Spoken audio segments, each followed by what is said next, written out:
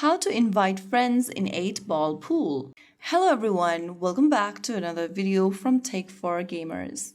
Inviting friends in 8-ball pool lets you build your friend list so that you can challenge them, send gifts, and play together. Firstly, open up 8-ball pool game and sign into your account.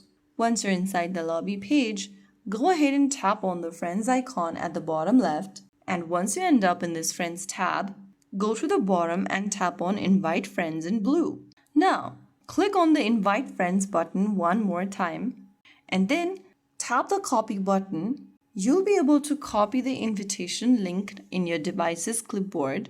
Now you can go ahead and share this link via any social messaging platform, via SMS, email, and so on. After they clicks on your link and joins into the game, you'll be able to play together. You can also invite your friends by unique ID. In this page, go ahead and tap on Add by Unique ID and search for your friend via unique ID. Go ahead and type in their unique ID and tap search. Once you find the friend, you can send them the request, and then once they join in, you can play the matches together. So that is how you invite friends in 8-ball pool. If you found the video helpful, don't forget to like, share, and subscribe to our channel. I will be back again in the next video. Thank you for watching.